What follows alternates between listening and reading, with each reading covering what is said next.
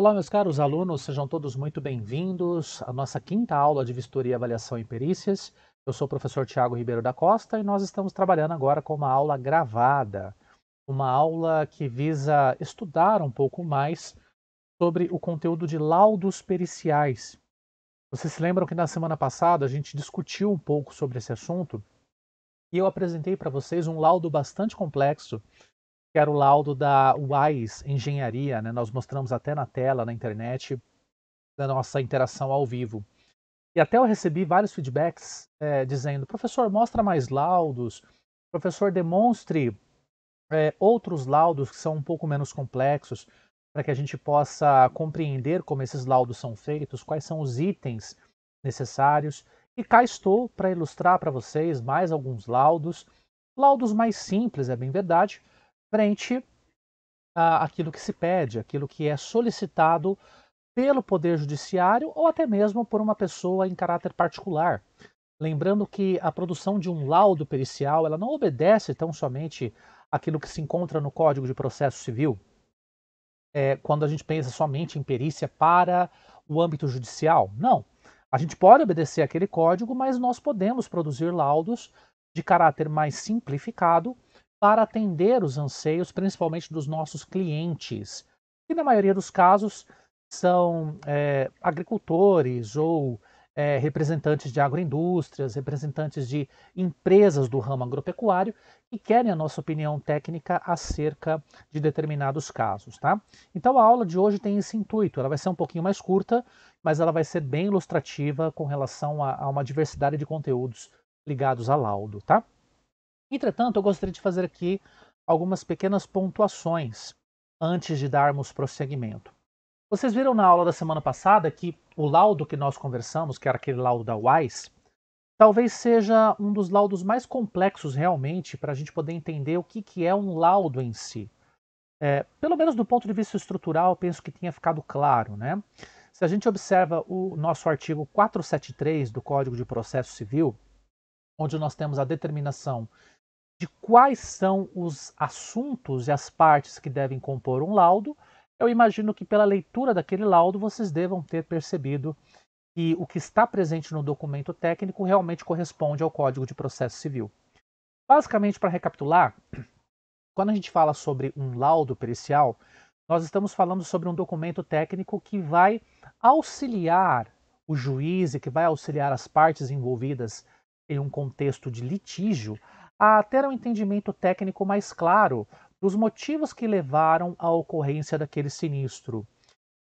E para isso, logicamente, ele tem que ter uma linguagem muito clara, uma linguagem concisa, uma simplicidade na formação da lógica do raciocínio, e também ele deve apresentar informações técnicas embasadas em literaturas. Eu creio que esse tenha sido o caráter mais forte que nós visualizamos na semana passada, né? Para tudo, praticamente, nós temos uma literatura. Desde o que vem a ser o próprio laudo técnico, os métodos que nós utilizamos, naquele caso, para evidenciar o valor de uma propriedade rural, e até mesmo métodos que sejam ligados a normativas, que geralmente aparecem dentro dos laudos para justificarmos aquele ponto, aquele quesito que aparece no Código de Processo Civil. Nós devemos estabelecer a metodologia de modo a fazer com que os leitores compreendam que aquela metodologia técnica é a mais usual, é a mais voltada para o entendimento daquele caso, né? Não causo, caso. E uma outra questão também que é muito importante é que todas as metodologias que são feitas, elas, além de serem conhecidas do ponto de vista da ciência agronômica, elas precisam ter repetibilidade. Esse é um ponto importante, né? Por exemplo, quando nós vamos fazer a leitura de terraços a campo, a gente se utiliza da fórmula de Bertone e Lombardi Neto, que qualquer engenheiro agrônomo poderia executar. Então, eu demonstro a execução dessa literatura no meu laudo e outros engenheiros agrônomos, principalmente o assistente técnico, ele pode executar essa mesma leitura a campo se assim ele quiser. Se ele quiser retornar do ambiente da vistoria para refazer esta metodologia e provavelmente chegar aos mesmos resultados do perito, e isso se o perito foi assertivo na sua metodologia, tá?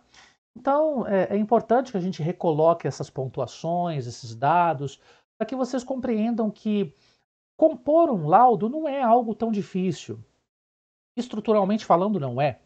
O que é mais complexo, eu diria para vocês, é a questão dos assuntos que devem compor cada laudo, porque a maioria dos laudos, logicamente, abordam a questão de avaliação dos imóveis rurais. Tá? Só que outros laudos abordam outras questões técnicas que não necessariamente são feitos de avaliações. Nós temos laudos, por exemplo, de vistoria técnica, que é o que a gente chama de análise de critérios, uma análise de checklist ou lista de verificação, para verificarmos, por exemplo, se uma determinada propriedade ela cumpre com normas técnicas que são ligadas, por exemplo, à aplicação de agrotóxicos ou à conservação de solos, normas técnicas ambientais. Então, todos esses elementos eles são lidos por parte do engenheiro agrônomo, se utilizando metodologicamente de uma norma para averiguar a situação, e isso é transcrito para o laudo.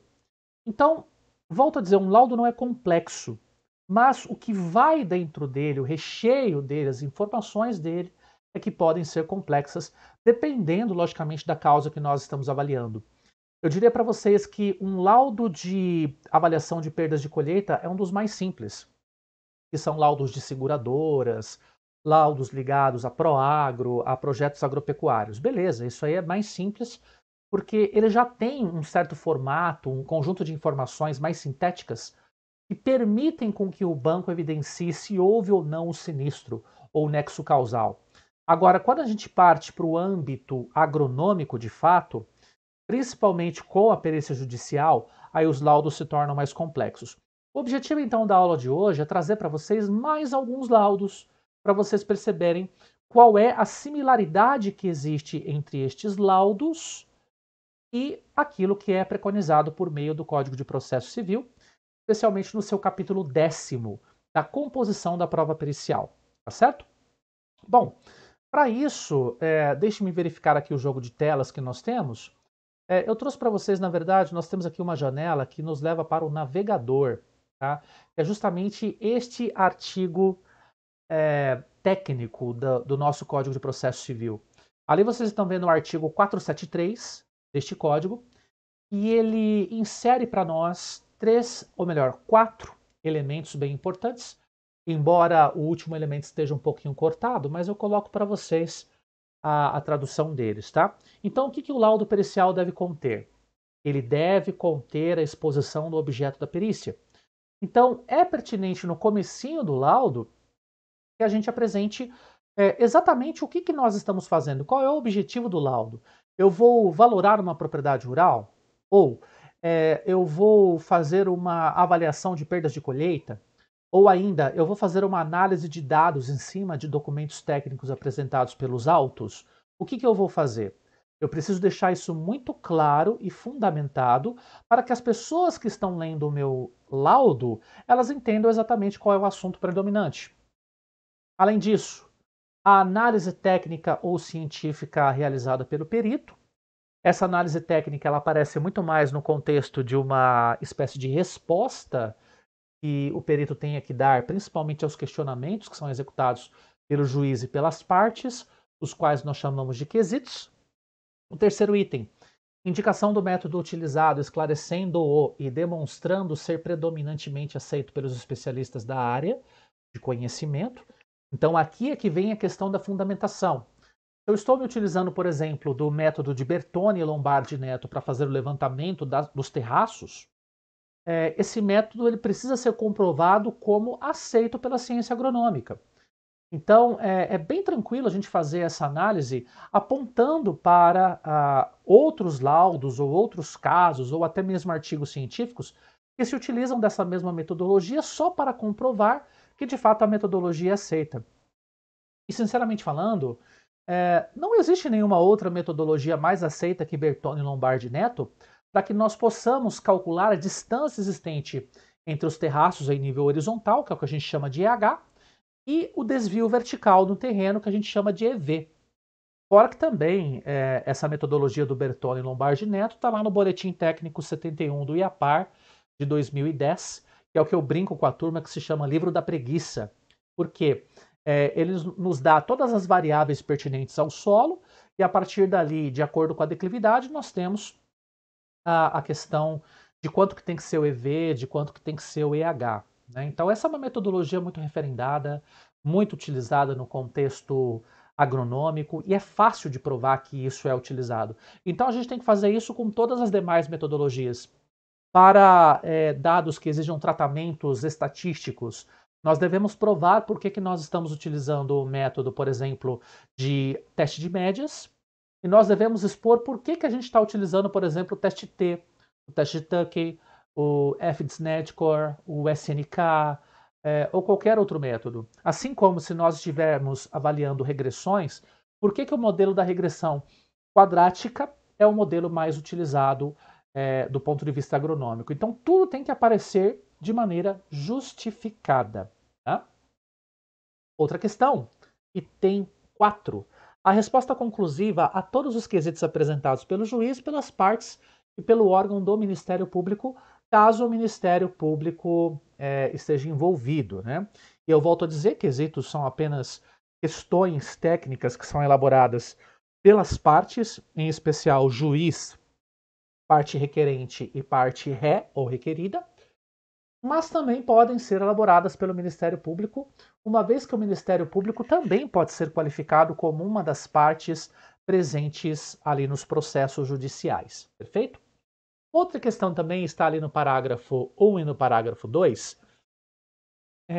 A gente tem a questão da linguagem, como eu afirmei a vocês, uma linguagem clara, concisa e com coerência lógica, e a questão de não ultrapassarmos as nossas atribuições técnicas. Eu creio que isso tenha ficado muito claro no debate da aula anterior. Né? A gente não pode emitir opiniões sobre questões que até nós podemos conhecer, até nós podemos saber, mas elas não estão ligadas à nossa questão de atribuição técnica.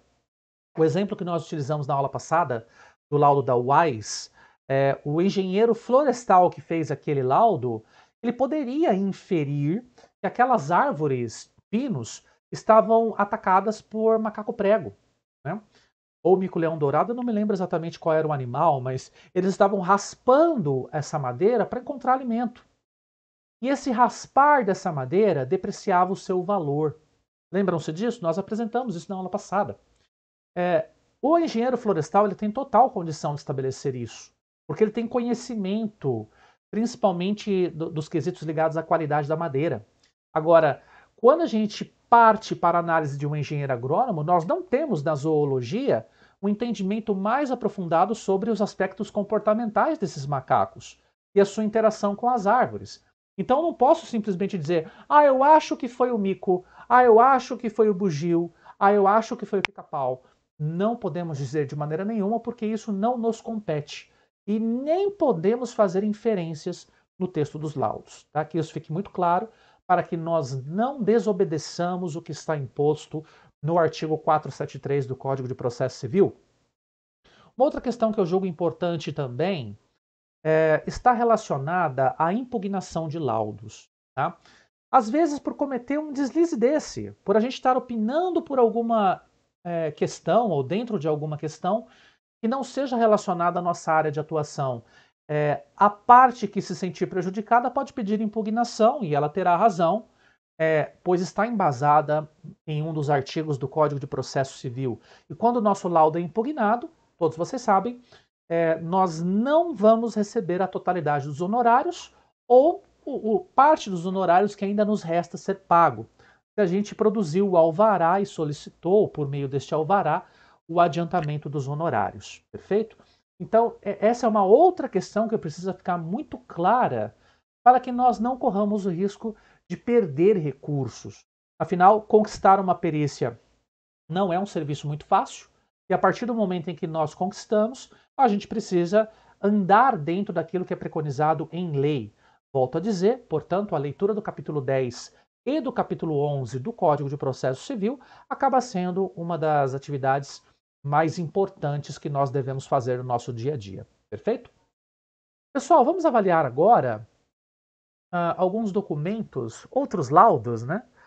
Esses laudos eles foram produzidos por colegas ou tiveram a nossa produção direta, né? Neste caso, foi um ex-aluno, o qual eu lecionei a disciplina de avaliações e perícias, e neste caso se trata de também um laudo de avaliação de imóveis rurais, que foi apresentado para a comarca de Alto Paraná, que fica aqui pertinho da gente, ali próximo a Paranavaí, depois de Nova Esperança, né? Para quem segue para aquela região. Vejam que, em termos de layout, ele não se difere muito, né? Aqui nós temos a primeira etapa, essa primeira página, né, que nos apresenta a comunicação que é feita entre perito e juiz.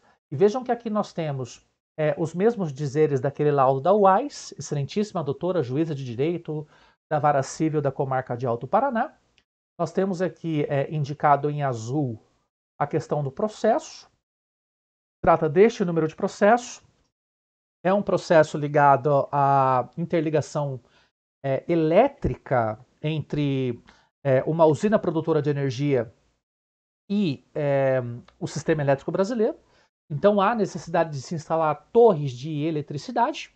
E nós temos então o requerente, neste caso, é a empresa Interligação Elétrica Ivaí, e os requeridos são essas pessoas que se sentiram afetadas, né, pela instalação de torres de energia elétrica.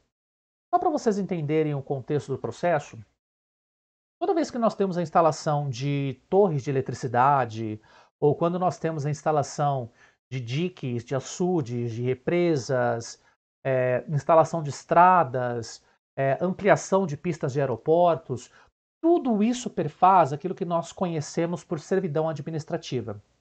É previsto em lei, neste caso o Código Civil Brasileiro, não mais o Código de Processo Civil, mas o Código Civil, que os bens particulares eles podem ser afetados no sentido de poder proporcionar uma benfeitoria pública, né? Nós falamos sobre o termo emissão de posse na aula passada.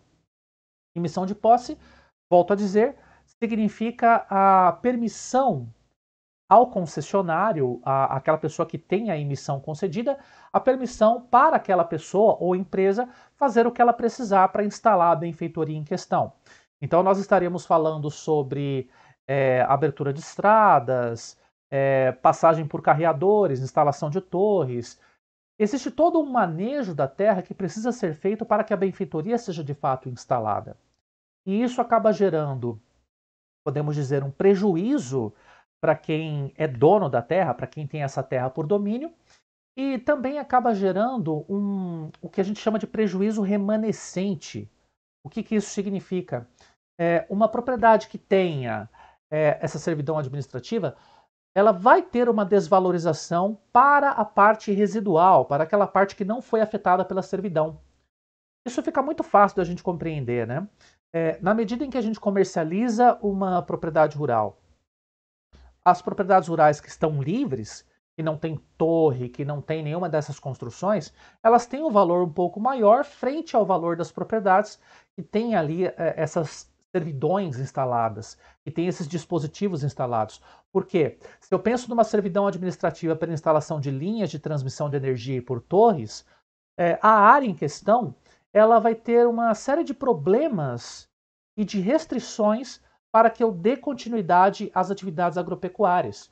Então, por exemplo, dentro daquela área eu não vou poder trabalhar com pulverizadores autopropelidos, que são mais altos, eu não vou poder trabalhar com plantio de cana, não vou poder trabalhar com silvicultura, as pastagens terão que ser mais reduzidas em altura, o pastejo dos animais tem que ser limitado, eu não posso construir nenhum tipo de benfeitoria.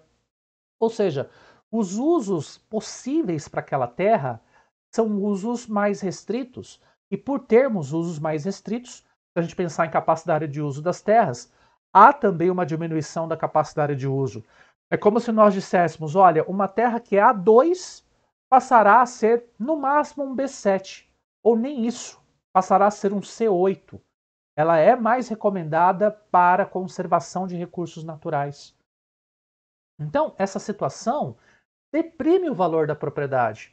Claro que essa depressão de valores, ela faz parte de uma discussão ligada à justiça, porque muitas vezes a empresa que está propondo a indenização, ela não vai indenizar a contento, ou seja, o recurso proposto não será suficiente para pagar todas as indenizações.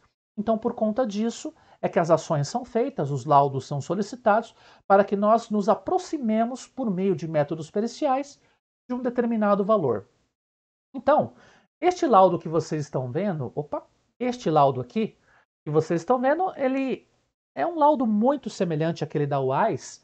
Ele vai aplicar inclusive as mesmas metodologias, só que ele está apresentado de uma maneira um pouco mais simples, né? Então aqui nós temos a carta de apresentação do profissional, temos ali a apresentação das documentações, do CREA da pessoa, ele foi um perito nomeado pela juíza da Vara Civil de Alto Paraná, e aí ele começou a fazer o seu laudo, está apresentando o seu laudo por meio desta estrutura, né? Vejam que aqui na segunda página, eu estou passando devagar, para vocês verem que nós temos uma estrutura que corresponde àquilo que eu já havia falado para vocês. Nós temos uma carta de apresentação e podemos ter uma capa na sequência, ou a capa primeiro, a carta de apresentação depois, novamente o perito. Um sumário, eu particularmente gosto de trabalhar com sumário, porque aqui a gente consegue entender exatamente qual é o conteúdo que está disposto dentro daquele laudo.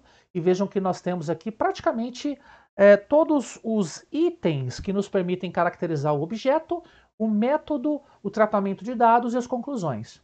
Então nós temos aqui considerações preliminares, âmbito da perícia. Na questão do âmbito da perícia fica muito claro que há uma descrição de um objeto. Passamos aqui à questão do relatório em si, objeto, acesso e objetivo. Logo na sequência, o memorial descritivo da vistoria, que nos traz a base técnica necessária para entender que a vistoria é um dos elementos mais necessários para a gente poder executar o laudo. E depois o tratamento de dados por meio da caracterização da propriedade avaliada. A questão da descrição do imóvel, do solo, do relevo, declividade, uso da terra, as benfeitorias, o valor de cada uma das benfeitorias, os dados gerais sobre a área de servidão, as características produtivas da região, a avaliação do imóvel e da parte serviente, respostas aos quesitos da requerente, ou seja, aquela que imputou a necessidade de se fazer a ação, a promovente, ela propôs algumas questões para que o perito respondesse. Eu vou mostrar para vocês quais questões são essas, para que vocês tenham uma ideia de qual é o teor das perguntas que são feitas ao perito. Depois nós temos uma documentação fotográfica, que é de bom alvitre sempre termos, considerações finais e o encerramento, principalmente do laudo e da vistoria como um todo. Então nós temos na sequência as considerações preliminares. Nas considerações preliminares, nós estamos apresentando as informações que embasam o andamento deste processo, né? Neste caso, nós temos ali 10 capítulos de processo. Vejam que ali nós temos a decisão na sequência 10.1. Significa dizer que este processo judicial ele não é tão longevo assim. Ele tem cerca de 10 capítulos. E este laudo seria o primeiro movimento relacionado a este processo, tá?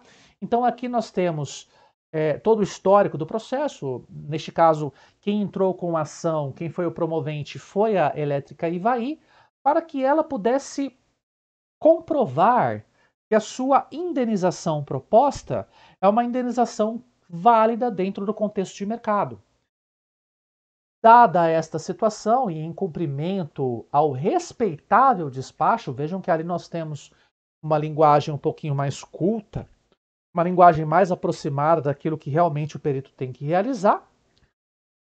O perito expôs que a perícia foi realizada, os documentos foram analisados para se estabelecer uma base para a perícia em campo, e aí, a partir disso, houve a efetivação da perícia no dia 23 de junho de 2020, sem impedimentos, segundo este perito. No âmbito da perícia, a gente descreve quais são as limitações, quais são os aspectos técnicos que limitam a execução do processo. Neste caso, aparentemente não existiu nada que limitasse a execução desse processo, Tanto que aqui houve um estudo preliminar dos autos, a apresentação dos quesitos e a resolução prévia de alguns quesitos que se permitia resolver antes da ida a campo, e aqui nós tivemos também a caracterização da região, com as peculiaridades da propriedade, a questão de valoração da propriedade rural. Para ser mais sincero, o que faltou neste caso foi uma fundamentação um pouco mais aprofundada, do tipo a utilização da norma 14.6533, a fundamentação do que vem a ser uma vistoria, mas nada que prejudique o entendimento aqui do raciocínio do perito, não. O objeto da perícia está aqui no item 3.1, área de terra declarada de utilidade pública para fins de instrução de servidão administrativa, objeto deste laudo, localizando-se no município comarca de Alto Paraná, localidade da Gleba Jacareí, sítio Arara, 7,2 quilômetros do perímetro urbano do município. Tá? Vejam que esse vídeo que nós estamos publicando é um vídeo privado. E esse vídeo, só vocês que têm o endereço é que podem ver. E, infelizmente, esse vídeo não pode ser repassado para outras pessoas, para terceiros, porque estes são casos que estão correndo na justiça. Então, nós estamos apresentando esses casos porque nós participamos da confecção das análises de campo e dos laudos, mas mais aqui por quesito didático mesmo, tá? A gente não pode simplesmente apresentar dados técnicos na internet, senão fica chato. Inclusive, eu posso pagar o preço por isso, né? Ter o meu impedimento na atuação com o perito e também ter que pagar multas que são previstas pelo indecoro da minha parte. Só para vocês terem uma noção, um perito ele é avaliado do ponto de vista da sua atuação ética, tanto por parte do CREA como por parte do Poder Judiciário. Quando a gente fala sobre por parte do Poder Judiciário, de repente, uma das partes envolvidas no processo, ela pode sentir que foi lesada porque os dados foram publicados indevidamente. E aí ela pode mover uma ação contra o profissional que fez isso, e esse profissional ele vai ter que devolver os honorários que ele auferiu, sob pena dele ficar 5 anos sem poder atuar como perito. Isso está também descrito no Código de Processo Civil, lá no artigo 475, se eu não me engano. Tá? Cabe uma avaliação melhor, salvo o melhor juízo, é o artigo 475. Tá? Então, voltando aqui para o nosso laudo, então o objeto é essa propriedade, o acesso, vejam que ele é importante para a gente poder valorar a propriedade rural, para obter os seus indicadores agronômicos, e o objetivo da perícia em si é estimar o valor de mercado com vistas a estabelecer o valor a ser indenizado pela imposição da servidão administrativa, bem como responder aos quesitos formulados pela requerente, no caso, a Elétrica Ivaí. Tá? Então nós temos aqui todo o memorial descritivo da vistoria, só para vocês entenderem mais ou menos como que é feito. Temos ali, no dia 30 de junho de 2020, às 9 horas, o presente perito e seu sócio, engenheiro agrônomo Tiago Ribeiro da Costa, o assistente técnico da parte requerente, o Felipe da Silva Luz, se encontraram na entrada principal da propriedade avaliada, o sítio Arara, e se deslocaram até a área de servidão. Aí nós contamos a história, né? O perito informou aos presentes sobre os métodos que seriam adotados, os presentes prosseguiram para a área de servidão, orientados pelo assistente técnico. Uma vez cientes das informações prévias quanto à área sob litígio, o perito e seu sócio adentraram a área, realizando uma análise fotográfica, reconhecimento, caminhando no perímetro da área, reconhecendo as propriedades físico-químicas do solo por meio da sua amostragem, por meio da avaliação de atributos diagnósticos, por meio da declividade, por meio da utilização de instrumentações. Além disso, contou-se o número de seringueiras na área, os dados foram coletados e assim a perícia em si terminou por volta das 10 horas da manhã. Vejam que, na verdade, foi uma perícia muito simples, porque a área de servidão, neste caso, é uma área pequena, não é uma área muito elevada, não é uma área muito grande. Então, com base nessa análise, nós demoramos cerca de 1 hora para evidenciar todas as benfeitorias que existiam por ali e também a área de sinistro em questão. E aí nós tivemos a caracterização da propriedade avaliada, as coordenadas. Lembrando, pessoal, que para o CREA, para efeitos de fiscalização, nós devemos sempre estabelecer as coordenadas geográficas do nosso trabalho, tanto em nível de laudo como em nível de anotação de responsabilidade técnica, tá? Então não se esqueçam desse detalhe. tem que colocar na RT as coordenadas geográficas de um ponto de referência. Nós não precisamos fazer um mapeamento e colocar um mapeamento na RT. Basta colocar um ponto conhecido, lido por GPS ou por equipamento similar, e daí nós cumprimos com essa exigibilidade, perfeito? Bom, então ali nós contamos um pouquinho da localização, apresentamos o trajeto, como é de se esperar. Partindo-se ali do Trevo para Maristela, anda-se mais ou menos uns 7, 8 quilômetros até chegar ao sítio Arara. A partir dali nós temos a própria propriedade em si. É uma propriedade que é composta, vocês estão vendo na imagem agora, né? Trata-se de uma propriedade que tem uma reserva de seringueiras nessa área verde escuro, que é uma reserva bastante importante, é uma área significativa. E bem aqui na parte da base da figura, onde nós temos aqui escrito Alto Paraná, é onde vai passar a linha de transmissão. Ela vai passar nesse sentido aqui, ó. Nesse sentido aqui que eu estou apontando com o meu cursor, tá?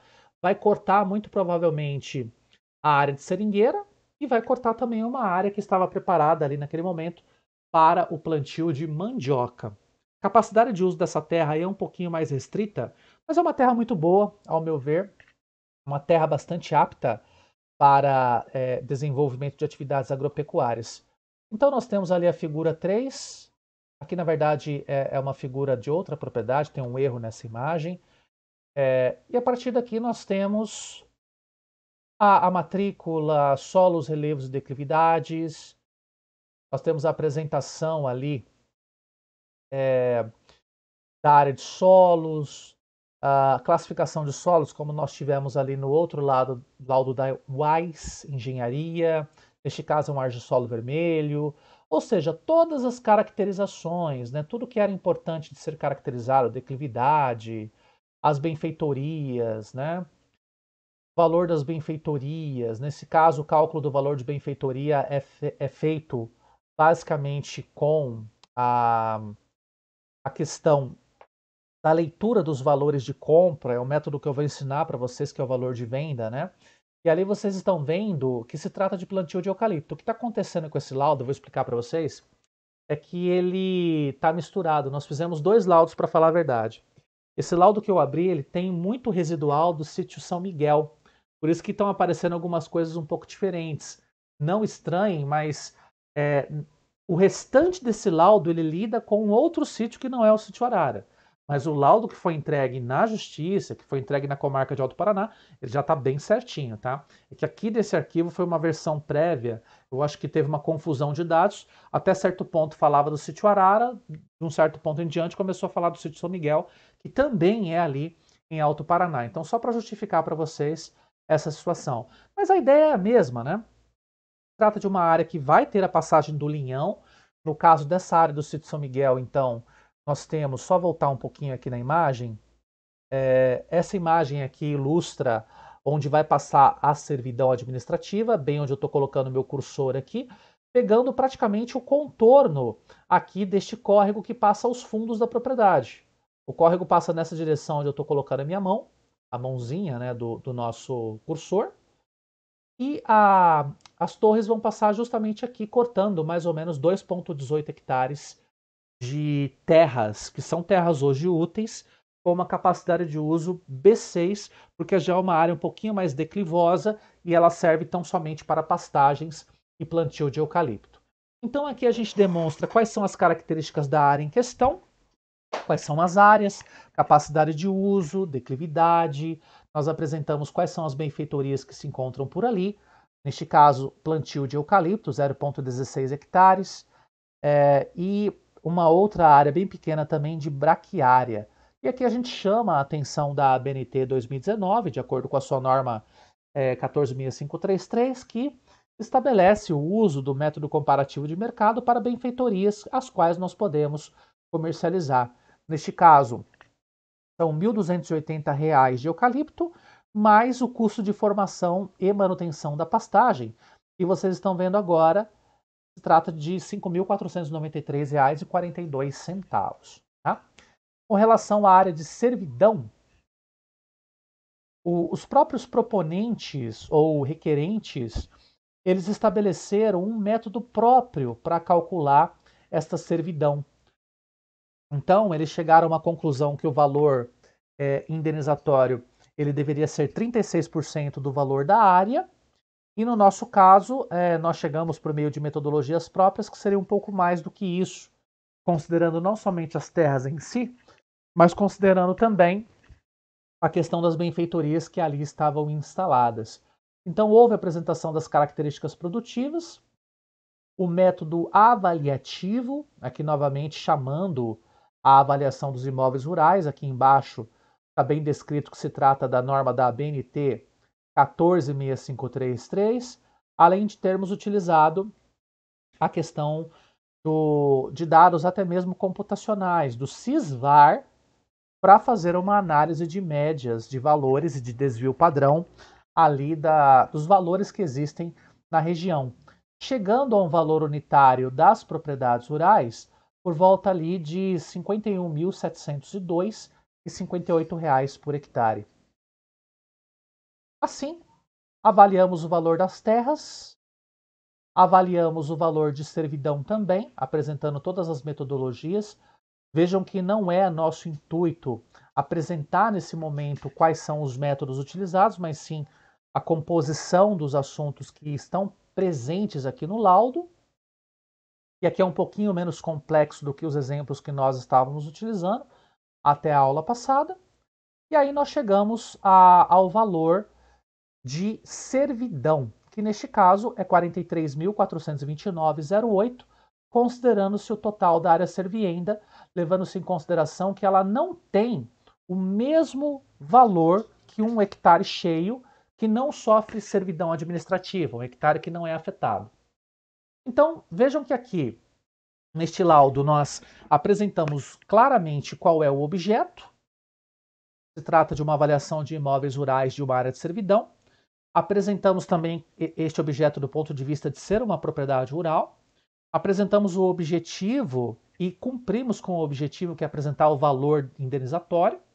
E apresentamos todas as metodologias que foram utilizadas, metodologias essas referendadas pela ABNT e por outros teóricos da área de perícias, né? O mais importante também foi que uma das funções do laudo é esclarecer as dúvidas das nossas partes envolvidas, né, no processo. E aqui nós temos muito claramente alguns quesitos que foram elaborados pela requerente. Então, aqui a gente percebe que os quesitos, eles nada mais são do que questionamentos que são elaborados pelas partes. E aqui está a parte requerente. A parte requerida, na verdade, não elaborou quesito algum.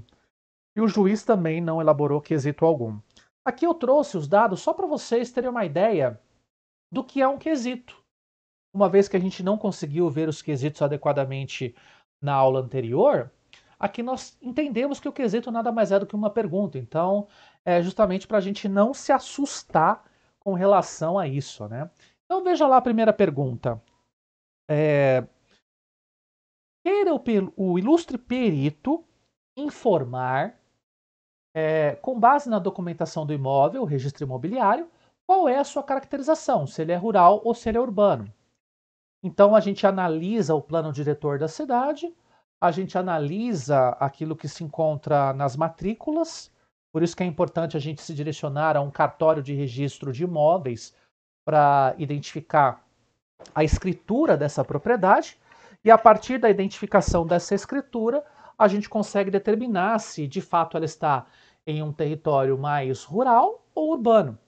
Neste caso, fica evidente que se trata da área rural, porque o perímetro urbano ali do município de Alto Paraná termina justamente ali no distrito de Maristela, né? É uma área muito pequena, eu diria, e ali a gente entra na Estrada Santa Maria, segue até praticamente 7 quilômetros à frente, 8 quilômetros à frente, quando ela se transforma numa estrada de terra, ela deixa de ser uma estrada asfaltada, passa a ser uma estrada de terra, ali já é perímetro, ou melhor, aí já é uma área rural, né? Então a gente consegue responder esse quesito com certa facilidade. Estabelecendo, logicamente, todos os dados, né? Aqui nós temos as coordenadas, apresentamos uma referência com base no plano diretor da cidade. Aí nós temos mais uma pergunta. Queira o ilustre perito informar qual seria a restrição de uso na área necessária à implantação das linhas de transmissão e qual o percentual do fator de servidão para a constituição da servidão. Neste caso, é uma pergunta de caráter técnico, uma vez que a requerente tinha imposto 36% do fator de servidão e nós chegamos a um cálculo de 40,47%. Mas, de acordo com outras metodologias periciais, a gente poderia chegar a no mínimo 2/3, ou seja, 66,6% do valor unitário de terra nua deveria ser o fator de servidão. Por exemplo, se o valor das terras fosse R$ 100.000, o fator de servidão de 66,6 geraria uma indenização de R$ 66.666. Tá? Mas nós chegamos a um valor ali de 40,47% em cima de um valor de terra nua já definido aqui pelo laudo. Tá? E aí nós temos uma série de outras perguntas. Qual foi a metodologia utilizada para apurar o valor da terra nua do imóvel objeto da servidão? Qual foi a metodologia adotada pelo ilustre perito? Restrição de uso e depreciação visando a constituição de servidão. Aí nós temos a explicação, né? Pellegrino, Apud Lopes, IBAP. Ou seja, a gente vai trazendo uma série de literaturas que nos auxiliam no entendimento do caso, né? Para a gente poder justificar as nossas informações. Queira o ilustre perito informar o valor de pleno domínio da terra nua de terreno similar ao avaliando, para fins de transações imobiliárias adotado na região. Neste caso, ele está pedindo para a gente trazer o valor a partir da avaliação de imóveis rurais, sem haver servidão. Então, quando a gente fala sobre valor de pleno domínio, a gente está mencionando sobre uma situação em que eu não tenho servidão administrativa, então é o valor cheio unitário ali das terras, tá? Valor total de indenização a título de servidão e também queira o senhor perito prestar os esclarecimentos adicionais que julgar necessários ao deslinde da questão posta nos presentes autos. E aí nós temos, na sequência, as figuras, né, para comprovar que houve o processo pericial acontecendo por ali. Né? Temos ali a área de preservação permanente, alguns eucaliptos acima dessa área de preservação permanente. Aqui nós temos uma área de macega. A área de macega é entendida como uma área de planície dentro da APP, que em época de chuvas ela se transforma numa área alagadiça, sem se transformar em várzea, no entanto. Então, é uma área, vocês podem até ver que é uma área seca, nós não temos aqui indícios de alagamento, mas quando nós temos ali a presença de água na época chuvosa, essa área fica com um lago, né, com uma espécie de várzea, mas é uma várzea transitória, por isso que a gente chama de macega. Além disso, plantação de eucaliptos, temos ali também mais detalhes de plantação de eucaliptos. Temos ali o técnico fazendo a amostragem de solos em nível de campo com o trado holandês. Nós poderíamos pensar, por exemplo, num quadriciclo para nos auxiliar nesse processo. Alguns sinais de erosão entre as touceiras da braquiária, que estão na área de servidão. Isso reduz um pouco a questão da capacidade de uso auferida. Temos ainda os eucaliptos com espaçamento homogêneo, nesse caso é um 2x3. Temos também a área de pastagem na área de servidão, uma pastagem relativamente rala. Provavelmente os bois foram soltos dentro dessa área para fazer o consumo, tanto que nós temos ali uma fotografia do dia dos animais pastejando, mais imagens da pastagem, foto panorâmica, a questão da textura de solo e outros documentos que a gente poderia colocar aqui no final, né, como anexos, neste caso um anexo de análise de solos para comprovarmos a textura arenosa do perfil. Tá?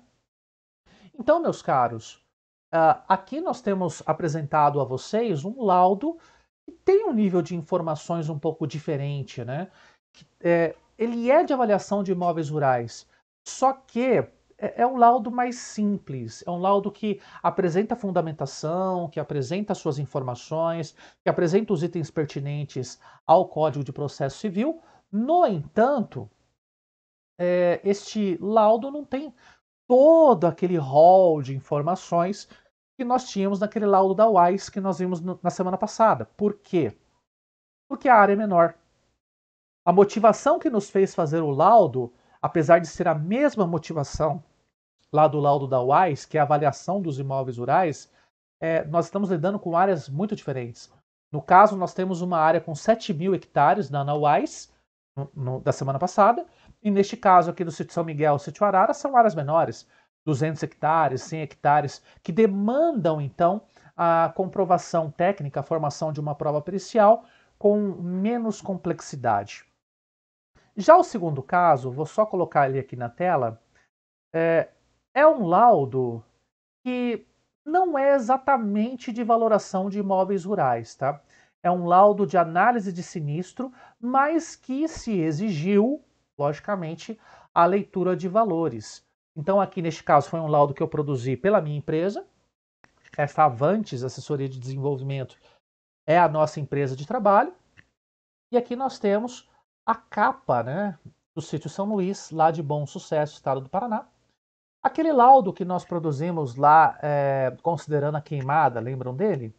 Pois é, eu trouxe esse caso novamente para ilustrar para vocês, mais uma vez, a estrutura de laudo, diferindo um pouco daquela situação que nós avaliamos com laudos de avaliação de imóveis rurais. Aqui já é um laudo mais de descrição de sinistro, então ele não obedece o todo da norma 14.6533 e da mesma maneira não obedece tanto o Código de Processo Civil, porque este caso é um laudo particular, não é um laudo judicial, tá bom?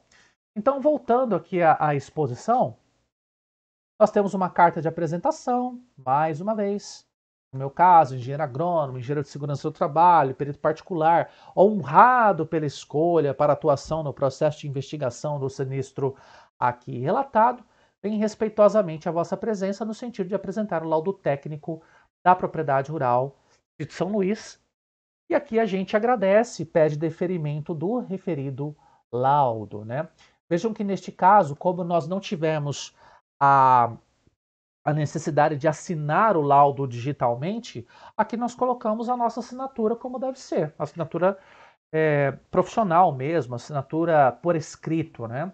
Se fosse um laudo judicial, de certo, não teria nenhuma assinatura da minha parte aqui, e do ladinho ali vocês veriam código de barra, número de processo no Projude. Como é laudo particular, então não tem nada disso, tá? Neste caso, nós colocamos o nosso cliente como muito digníssimo, proprietário rural do sítio São Luís, Bom Sucesso, estado do Paraná. Aqui é uma capa, depois da nossa apresentação de carta, né, de carta de apresentação. Nós temos aqui novamente o sumário. Olha só o que tem nesse sumário aqui, pessoal, como que é importante. Objetivo e finalidade. Mesma história do Código de Processo Civil. Ali está muito claro, muito definido para nós que há um objeto a ser investigado, há uma metodologia a ser esclarecida. Então, novamente, a gente segue aquilo que nós estamos discutindo lá no Código de Processo Civil, apesar de não ser um laudo judicial. Então, nós temos pressupostos, ressalvas e fatores limitantes, caracterização da região, caracterização do imóvel.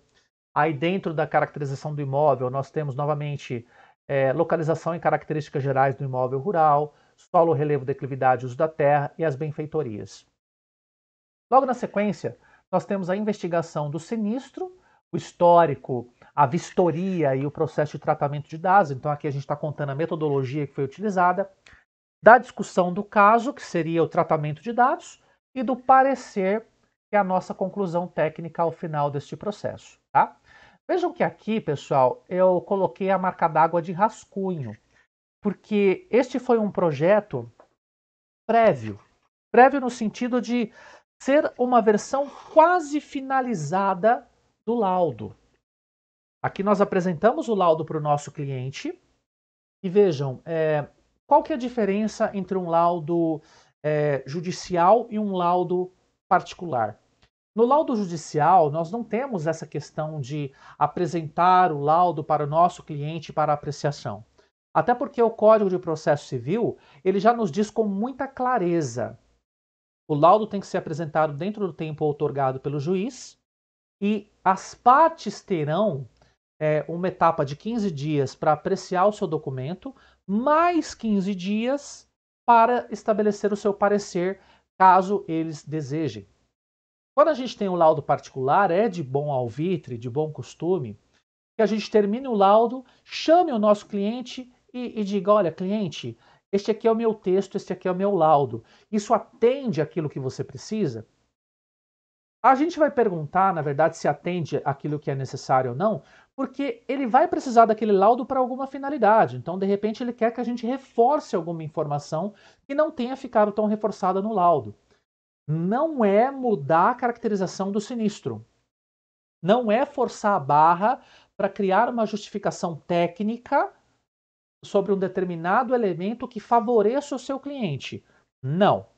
Tanto para laudos particulares como para laudos judiciais ou até mesmo oficiais, o perito precisa ser muito imparcial. Mesmo que ele esteja sendo pago diretamente pelo seu contratante, pelo seu cliente.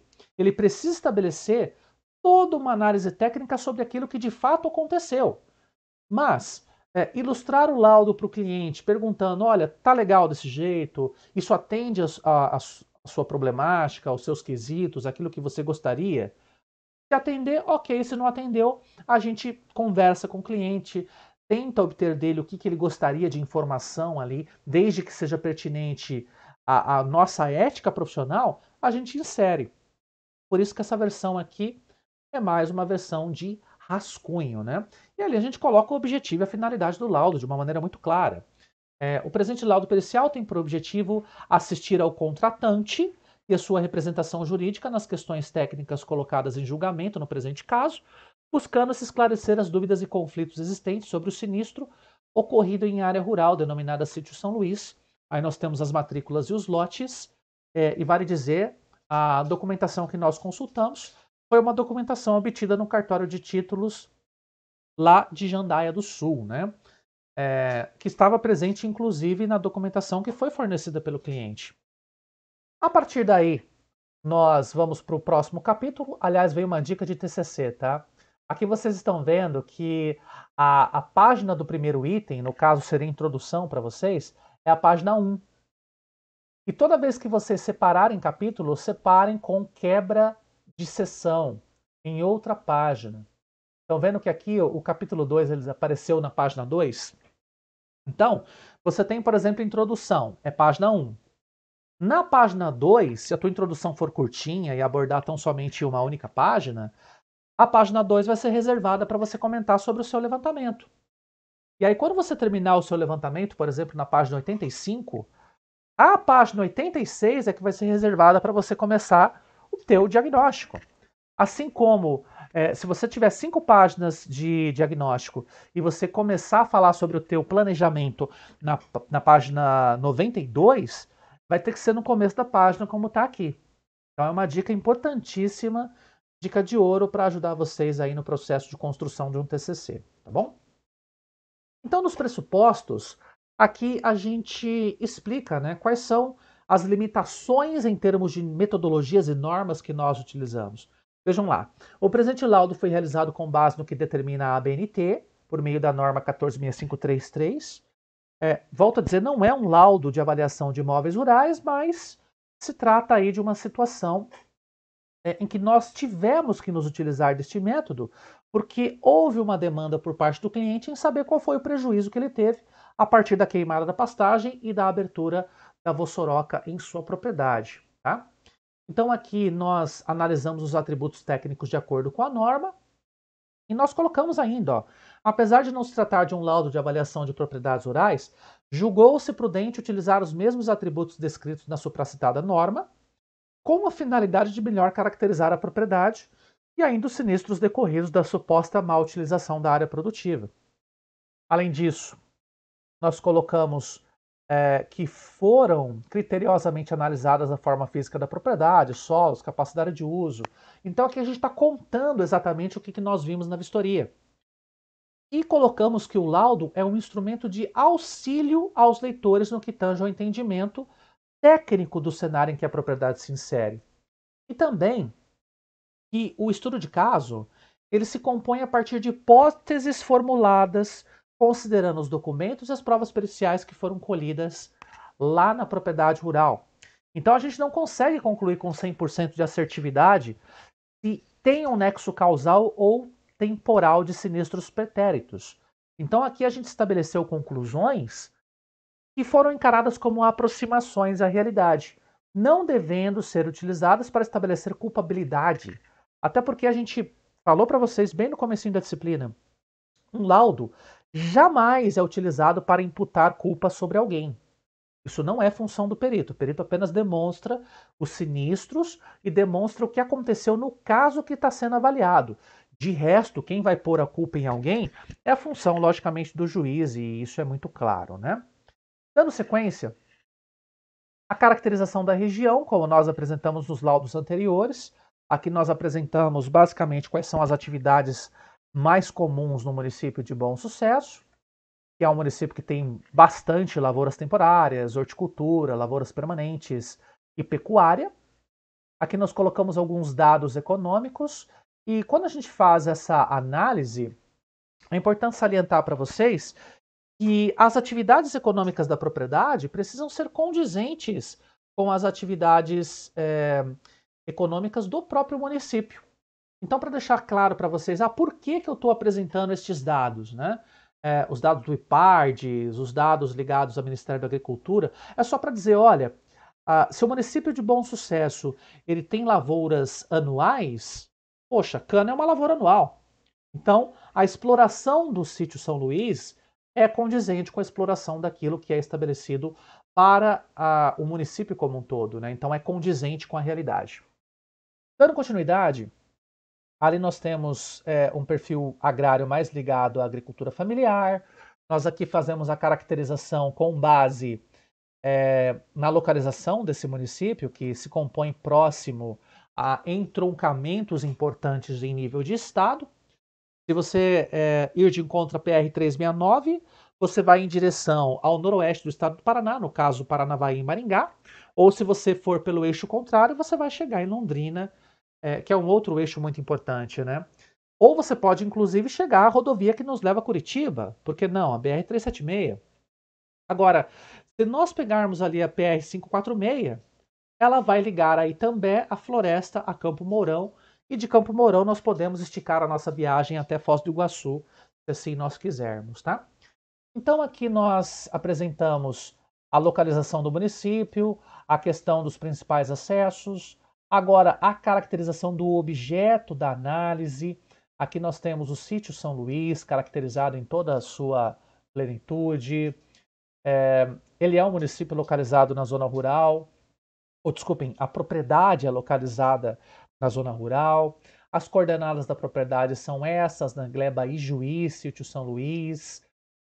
Ali nós temos a localização em termos de logradouro, Estrada Marisa, quilômetro 3. Não é uma estrada fácil de ser trafegada, mas enfim, ela tem a sua localização trabalhada como vicinal 3. E também é uma situação que eu vou ensinar a vocês como avaliar, tá certo? A escala de Cosma, citada por Lima 2017. A estrada vicinal 3 ela se caracteriza por ser uma estrada de chão, com servidão de passagem, ou seja, para eu chegar nessa propriedade, eu preciso passar por outras propriedades, por porteiros e alagadiços, até chegarmos de fato à porteira do sítio São Luís. E aqui nós temos mais uma vez um mapa ilustrando como é que a gente pode chegar a partir de Bom Sucesso, só que fica mais fácil chegar na propriedade por meio do município de Itambé, né? Ali nós temos um mapa do sítio São Luís, de acordo com o sistema de cadastro ambiental rural. Então nós temos aqui a representação dos limites do sítio, como eu mostrei para vocês do Google Earth. Caracterizamos a propriedade de acordo com seu solo, relevo, declividade e uso da terra. Nós utilizamos da ferramenta GeoInfo, que é a ferramenta da Embrapa, que nos permite evidenciar quais são os solos que existem ali na região, apenas de modo qualitativo, logicamente, porque nós devemos ir localmente, fazer as trincheiras, comprovar os atributos diagnósticos e verificar se aquilo que está a campo corresponde àquilo que é declarado pela Embrapa. E neste caso, se tratou realmente de uma propriedade com solos de transição, com uma plena dominialidade de nitrossolos vermelhos eutroférricos, com cambisolos regolíticos, né, que são cambisolos caráter menos profundo, melhor dizendo. São solos que o afloramento rochoso ele se dá por volta de uns 50 centímetros aproximadamente. É um solo que permite mais pastagens nessa área de cambisolos, né? No resto, ali onde nós temos o nitossolo, aí sim podemos trabalhar com outras explorações. Então aqui nós demos toda a, a revisão de literatura sobre estes solos. Na verdade eu falei cambisolo, não gente, é neossolo, tá? R é neossolo. E o solo ele não tinha 50 centímetros não, quando muito era 25 centímetros mesmo, tá? Desculpem o engano. Mas é uma profundidade menor que 50 centímetros, podemos dizer que é um neossolo de transição já para um cambisolo, né? Então aqui temos toda a descrição do solo, tudo certinho, declividades. A revisão de literatura foi feita de modo mais aprofundado aqui no nosso trabalho, né? Perfil de declividade, nós apresentamos 2 perfis de declividade, um no sentido sul-norte e outro no sentido leste-oeste, para comprovar que ali no meio da propriedade nós temos a formação de uma bacia, justamente neste ponto onde eu demonstrei para vocês que havia a formação da Vossoroca naquele caso, né? Então nós apresentamos essas informações bem detalhadas aqui também, né? Neste caso não tinha quesito, só para lembrar para vocês, porque não se trata de um laudo judicial. Então, apresentamos a capacidade de uso das terras, chegamos à conclusão que a capacidade neste caso, até tem a literatura aqui do Peralta, né? Apud, Prado e Carvalho 2020, chegamos à conclusão que está no grupo A, neste caso classe 2. É um A2 pelas características de cultivo, né? Nós podemos ter ali terras cultiváveis com problemas simples de conservação. A2, tínhamos também um B6 na área de pastagens e um C8 lá na área de preservação permanente. Tá? Então aqui nós estamos demonstrando a divisão das terras do grupo A2, que são os talhões de produção de cana. O talhão B6 é a área de pastagem e o talhão C8 é a área de preservação permanente. E aqui a gente está apresentando para vocês a literatura, né? Cavendon e Shinatsu, ou Shinzato, desculpem, que apresentam para nós A2 e B6. Tá? E aqui as devidas citações. As benfeitorias, que tinha lá naquele momento, era um plantio de trigo, plantio de eucalipto e área de pastagens. E aí nós passamos a investigar o sinistro, comentamos o histórico desse sinistro, o que aconteceu naquele caso, lembram? Foi um contrato de parceria rural que ele assinou com uma empresa de cana, e supostamente essa empresa de cana adentrou a sua área e não cuidou dos solos da maneira como se deve, né? E aqui nós temos todos os documentos que nos suportaram, né? O boletim de ocorrência, relatório técnico, algumas observações do documento técnico C, né? A abertura da Vossoroca, já mencionada ao longo do laudo, a vistoria, aqui nós colocamos o que é a vistoria do ponto de vista teórico, do ponto de vista técnico, apresentamos como ela foi feita, coleta de imagens, horário, discussão de caso, e aqui nós já estamos apresentando o tratamento de dados, tá? Com muita base técnica, inclusive, né? Temos ali Field Areas Measure, que é um software que a gente utiliza bastante para fazer caminhamentos, perímetros e áreas. Apresentamos aqui também os tipos de solo, as respostas, né? Planejamento de colheita, se houve, se não houve. Aqui a discussão dos dados que nós tivemos. O monitoramento pretérito que eu comentei com vocês, todas as imagens, figura 10, figura 11, cada uma falando sobre um ano em específico. Aqui já é 2013, 2014 e 15 não temos imagens significativas. A figura de 2016 já apresenta uma leve abertura da Vossoroca, e assim sucessivamente a gente vai apresentando tais dados, né? Até chegarmos à figura de 2018, quando nós tivemos a apresentação da queimada, né? Que está bem evidente que houve a queimada naquele caso. E aqui nós temos imagens que foram coletadas em vistoria. Eu até apresentei numa das perguntas que nos foram feitas na aula em que nós comentamos sobre esse estudo de caso. E aqui eu estou mostrando para vocês o resultado, a produção deste laudo técnico sobre o que aconteceu. E aqui nós temos o parecer, que é a nossa resposta muito clara.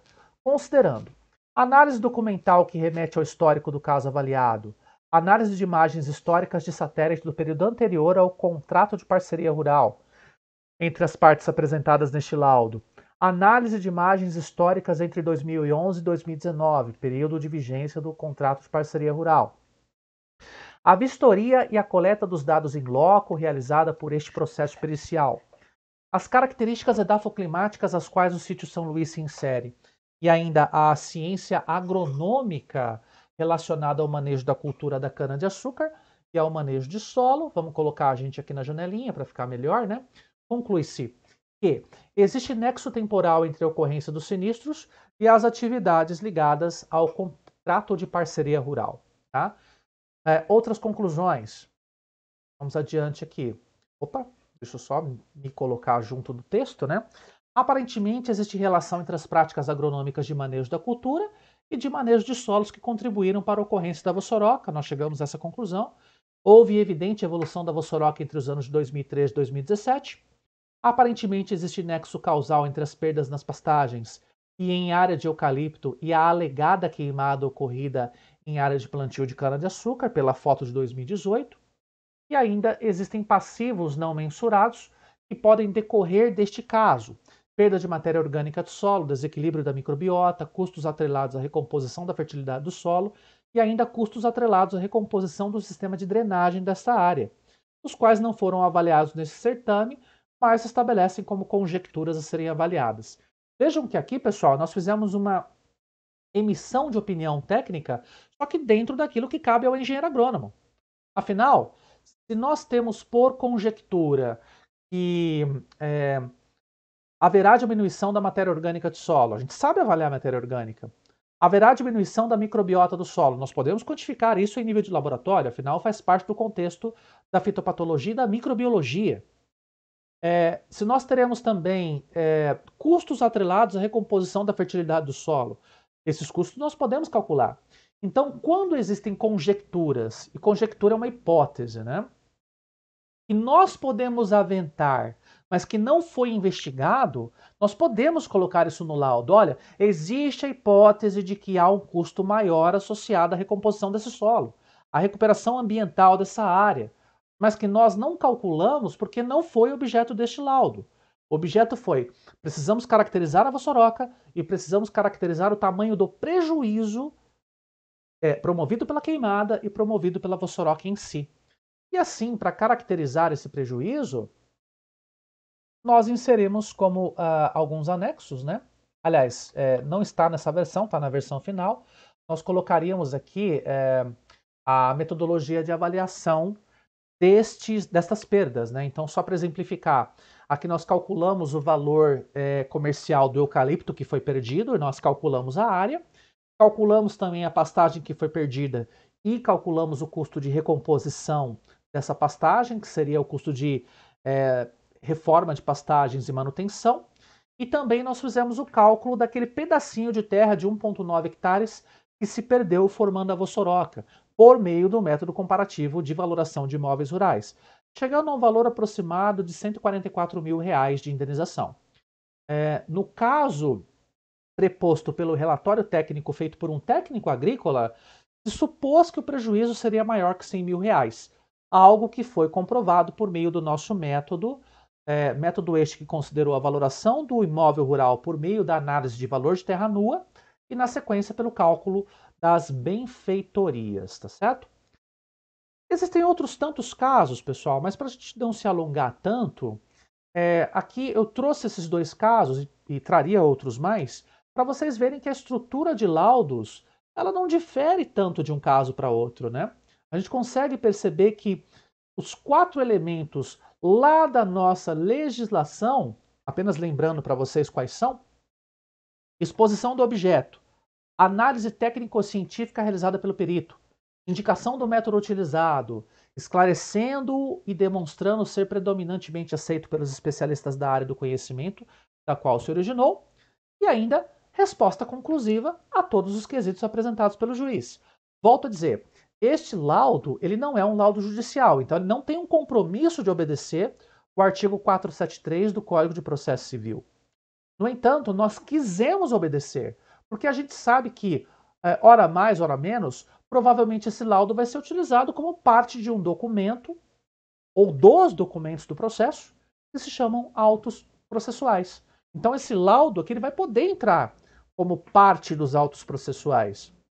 Então a gente vai ter que, logicamente, cumprir com os requisitos que se encontram lá no Código de Processo Civil. Aliás, é também interessante colocar para vocês que se por acaso uma das partes for capaz de gerar uma prova pericial por si só, que seja suficientemente clara para expor quais foram os motivos do sinistro e quais são os prejuízos desse sinistro, o juiz não terá motivos para chamar um perito judicial. Então pode acontecer deste laudo que nós produzimos aqui, se ele for bastante completo, se ele elucidar todas as dúvidas das partes, ele é que vai ser o laudo judicial. Só que eu não vou receber honorários judiciais, porque eu já recebi por ter feito um laudo pericial em caráter particular. E assim a gente tem que obedecer, de qualquer jeito, aquilo que está exposto no Código de Processo Civil. Então, o que fica de aprendizado dessa aula é: laudo não tem normatização para ser feito. Não existe uma norma da BNT que diga, olha, um laudo pericial tem que ter isso, isso, isso, isso e isso. Para a gente fazer um checklist para verificar se a gente atendeu todos os requisitos da norma, né? O que existe é uma orientação técnica que vem aqui do Código de Processo Civil, especificamente o nosso artigo 473, o capítulo 10. E a gente entendeu que se o laudo for suficientemente claro para descrever o objeto, o objetivo, a metodologia, tiver uma linguagem clara e for suficientemente conciso para explicar com uma boa lógica quais são os pontos relacionados ao entendimento da causa, então a gente já cumpriu com aquilo que está no Código de Processo Civil e ok, vamos ter os nossos honorários, vamos ter os nossos proventos, os nossos rendimentos da maneira como se deve, tá bem? Então é assim que as coisas funcionam. Espero que vocês tenham entendido. Essa parte final da aula, se vocês quiserem, podem me mandar mensagem, podem mandar e-mail se vocês não entenderam algum quesito. Mas na verdade aqui a gente não está trabalhando com algo novo não, tá? Eu até quis trazer essa aula gravada dessa forma para vocês entenderem que construir um laudo é complexo em termos de análise, não em termos de estrutura. A gente viu vários layouts, vários modelos, todos eles têm similaridades, né? O que vai complexar mais ou menos um laudo é o assunto que tem que ser avaliado e não a sua estrutura, tá bom? Com isso, a gente já está qualificado para criar os nossos próprios laudos, para estudar casos, e a gente vai continuar nesse estudo de casos ao longo das próximas aulas. Mas muito mais agora trazendo alguns quesitos ligados ao imóvel rural, que são importantes. A gente vai compreender o que é um imóvel rural produtivo, seria uma perícia oficial pelo INCRA, que é o que a gente chama de perícia fundiária. A gente vai dar continuidade a esse assunto. E logo na sequência, aí sim, a gente já entra com valoração de imóveis rurais, entendimento de área de servidão, para prosseguirmos cada vez mais aqui dentro da nossa disciplina, tá bom? Se você gostou do nosso vídeo, eu agradeço imensamente. Se você não gostou, me dá um puxão de orelha também, que a gente está aqui para atender as necessidades de vocês. Fico muito contente sempre com a companhia de cada um de vocês. Espero que vocês tenham aprendido. E caso tenha ficado alguma dúvida, entre em contato comigo. O meu WhatsApp vocês têm. E o meu e-mail vocês têm também, mas não custa lembrar. É trcosta2@wen.br. Bom? Um abraço, boa semana a todos, boas aulas. E nos vemos na semana que vem na nossa próxima aula de Vistoria, Avaliações e Perícias. Tchau, tchau!